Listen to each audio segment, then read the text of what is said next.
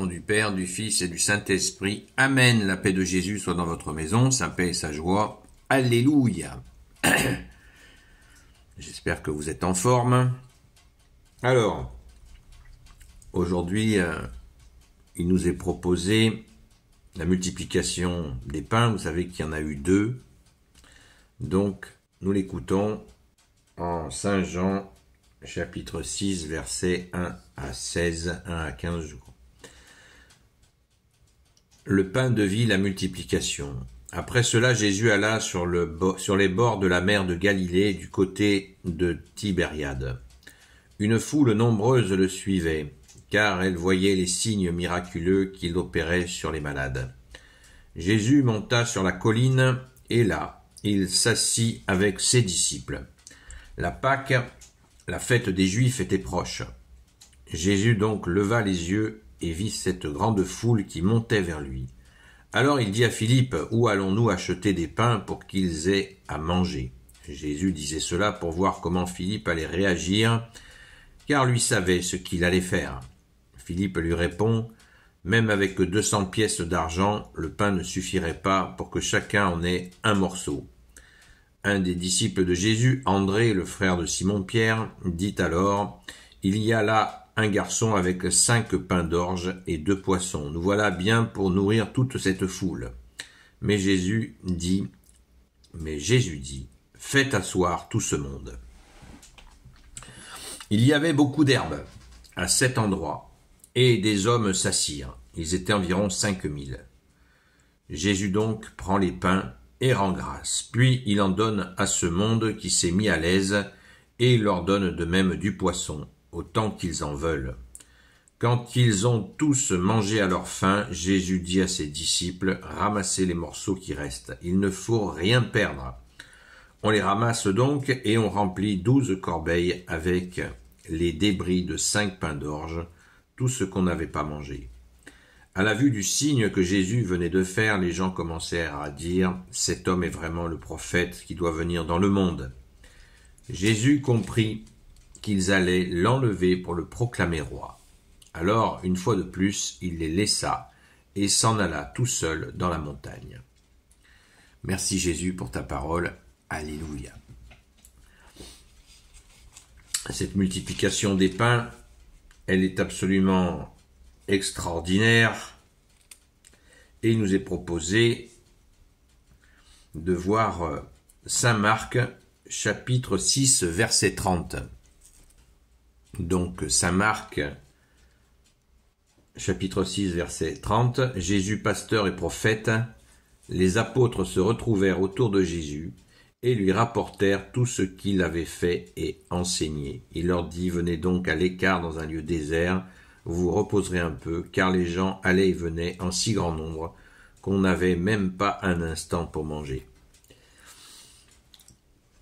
Merci Jésus pour cette multiplication des pains qui nous touche infiniment et qui montre bien l'avancée crescendo de Jésus dans sa vie publique, et il donne ce signe à des milliers de gens, 5000 hommes, nous dit-on, donc il y avait certainement bien plus que ça, et cette façon de déclencher la foi, parce que les miracles sont faits pour ça, pour que les gens impriment, valident que Jésus est bien le Fils de Dieu, mais ils n'en sont pas là. Pour l'instant, ils imaginent un grand prophète.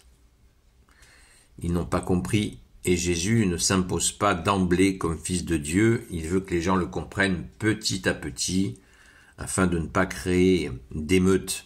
On le voit d'ailleurs. À la fin, si les gens l'avaient proclamé roi, immédiatement, l'armée romaine serait intervenue et c'eût été un bain de sang. Donc Jésus, il marche sur des œufs au début afin de ne pas créer de troubles. N'oublions pas qu'il y a l'occupant romain qui veille. Et la brutalité, voire la férocité des légions romaines est très connue. Il y a eu déjà des tentatives de révolte qui se sont terminées de la même manière par un carnage. Et Jésus l'a annoncé, celle qui allait venir en l'an 70, où il y a eu des milliers de morts, et il y a eu aussi la destruction du temple. Pardon. Donc, attention. Jésus fait très attention. Et c'est pour ça qu'il leur échappe. Il ne veut pas être leur roi. Et dans cet éveil, il réveille les gens. Là, il nous est dit que, dans sa marque, que les gens sont un peu comme ils sont sans berger. Ils sont comme des brebis sans berger. Verset 34. Lorsque Jésus débarque, il voit beaucoup de monde, et il se sent plein de compassion pour ces gens, car ils font penser à des brebis sans berger, et il se met à les instruire longuement. Vous voyez, la démarche de Jésus. Merci, bien-aimé Jésus, pour cet amour. C'était bien le bon moment pour que Jésus vienne. Les gens étaient perdus. Ils ne savaient plus où ils en étaient. Et là, le bon berger arrive. Merci Jésus. Alléluia. Moi, j'aime bien noter dans cette réflexion sur cette parabole, le moment où Saint André dit à Jésus, donc Jésus demande à Saint Philippe, est-ce qu'il y a assez d'argent? Il le sait bien. Il sait bien qu'il n'y aura jamais assez d'argent pour nourrir 5000 personnes, mais il met à l'épreuve Saint Philippe. C'est Saint Philippe qui répond, ben non, on ne pourra pas même donner un petit morceau de pain à tout le monde, vu le monde qu'il y a. Et Jésus sait très bien cela, mais il éprouve sa foi. Il lui dit, tiens, comment il va réagir? Et puis André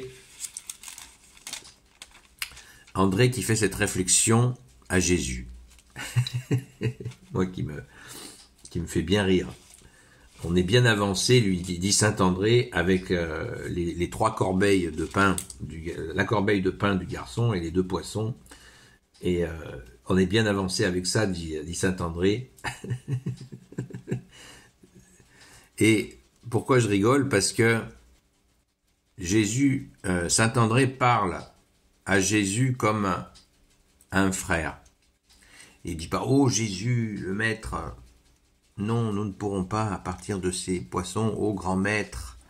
Vous voyez, ils ont une relation tellement simple, tellement, Jésus est tellement accessible, c'est un moment magnifique où verset 8, un des disciples de Jésus, André, le frère de Simon-Pierre, rappelons que c'est le premier apôtre appelé, hein, Saint André, le frère de Simon-Pierre dit alors, il y a là un garçon avec 5 pains d'orge et 2 poissons. Nous voilà bien pour nourrir toute cette foule. Voilà. Vous vous rendez compte un peu là, comme c'est beau. Et il nous est relaté, hein, le rédacteur Saint Jean qui a écrit ça, qui a vu cette situation et qui en témoigne, l'a relaté. C'est dire que aussi Saint Jean, si jeune, eh bien il relate, on sent la sincérité, on sent que rien ne nous est caché. C'est un récit extraordinaire, exactement comme on y était, comme si on y était. On a la même réaction quand, vous savez, ils sont sur la barque et Jésus va, et le vent se lève, la tempête se lève et Jésus fait stopper la tempête. Et les vagues qui engloutissent la barque. Et Jésus, il dort, et les apôtres le réveillent et lui disent, ça ne te dérange pas que nous coulions? Vous voyez, il y a une proximité avec Jésus qui est hallucinante, quoi. C'est magnifique. On ne sait pas l'idée qu'on s'en fait. Et c'est beau. Et ça nous est relaté. Voilà. Donc, on peut bien sûr en parler pendant des heures. Essayez de vous imprégner du texte pour essayer d'être touchés. Soyons touchés par ce moment, parce que c'est crucial. C'est crucial, hein. C'est exactement un peu plus tard aussi, quand Jésus va ressusciter Lazare. Si Jésus a attendu 4 jours pour le ressusciter, si je peux m'exprimer comme ça, c'est une mise en scène. Pas une mise en scène que c'est faux, c'est totalement vrai, bien sûr, que Lazare est ressuscité, mais Jésus a fait exprès d'attendre pour qu'il y ait du monde et pour que les gens croient que c'est possible de ressusciter après que la personne soit décédée depuis 4 jours, puisque les Juifs pensaient dans leur tradition que après 3 jours, c'était complètement impossible. C'est pour ça que Jésus a attendu le 4e jour. Et il a fait cela donc en public pour que les gens croient. Hein, les miracles ont été faits pour ça, et c'est pour ça qu'il y a eu autant de miracles avec les apôtres, pour que les gens, que la foi catholique, elle démarre comme une traînée de poudre avec ces miracles. On voit bien que derrière les miracles, il y avait des milliers de baptêmes, des milliers et des milliers de baptêmes. Ne l'oublions pas. C'est vraiment le carburant. Les gens ils voient ça, ils croient. Hein. Et après, Jésus nous dira à saint Thomas, heureux ceux qui croient sans voir. C'est notre cas. Nous croyons sans voir. Et Jésus a dit, heureux ceux qui croient sans voir. Alléluia. Donc rendons grâce pour ce démarrage, rendons grâce pour la pédagogie d'amour de toi Jésus, bien-aimé. C'est extrêmement touchant. Gloire éternelle soit au Père et au Fils et au Saint-Esprit, maintenant et toujours et pour l'éternité. Amen. Ô Jésus, toi qui peux tout et qui portes tout, toi le Sauveur, toi l'Emmanuel, je te confie toutes celles et ceux qui regarderont cette vidéo, ainsi que leurs proches, selon ta seule volonté, ô Jésus. Sainte Marie, Reine des cieux, toi notre Mère, Notre-Dame, toi qui écrases le serpent, toi qui es la lune sous tes pas. Grand Saint Joseph, toi la terreur des démons, toi le saint gardien de la Sainte Église catholique apostolique. Sainte Marie-Madeleine, notre chère sainte patronne, très discrète, très efficace. Merci, grande sœur. Et vous, tous les saints et saintes, amis de Jésus, Saint Michel Archange qui est comme Dieu, Saint Gabriel Archange, Saint Raphaël Archange, et vous, tous les anges qui servez Jésus. Et je vous confie toutes celles et ceux qui regarderont cette vidéo, ainsi que leurs proches, selon ta seule volonté, ô Jésus. La paix de Jésus soit dans votre maison, et je vous dis à très vite, et rendez-vous ce soir 20h30 pour ceux qui le souhaitent. À très vite.